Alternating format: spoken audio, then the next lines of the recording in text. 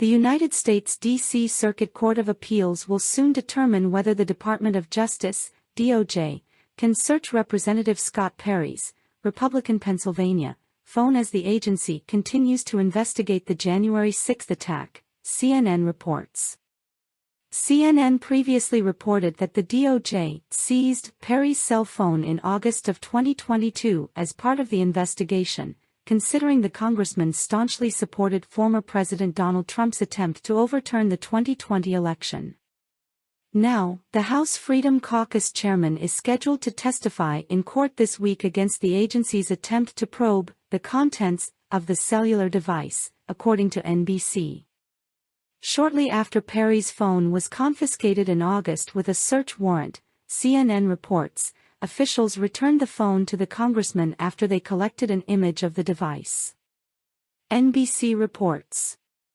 The warrant indicated the phone data would be taken to a Justice Department forensic lab in Northern Virginia, but because the initial warrant authorized only the seizure of the phone, investigators would need a second warrant from a judge before they could go through the data. In an interview with ABC, Perry asked, "Why should I be limited just because someone has made an accusation? Everybody in America is innocent until proven guilty." Read more. Scott Perry quietly drops lawsuit against FBI after his cell phone records were seized. Elliott Williams, a former Justice Department official who also worked for the Senate Judiciary Committee, said, "We want members of Congress to be able to do their jobs without constantly being hauled into court. But it defies logic and probably the Constitution for Congress to think it can wave a wand and call everything it touches, quote, informal legislative fact-finding." According to Law Insider, informal legislative fact-finding is defined as an informal conference or consultation proceeding used to ascertain the fact basis for case decisions. CNN reports.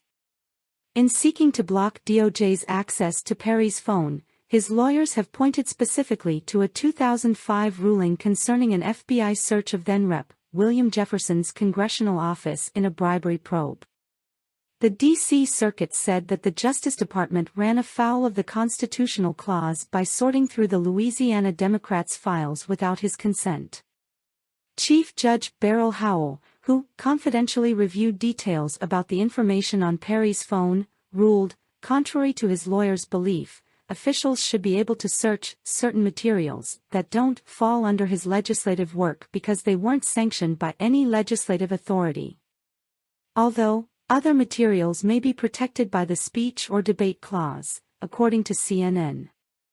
However, the appeals court, which is above Howell, placed her decision on hold while it hears Perry's defense, CNN notes. Prosecutors have yet to review the more than 2,000 records they seek.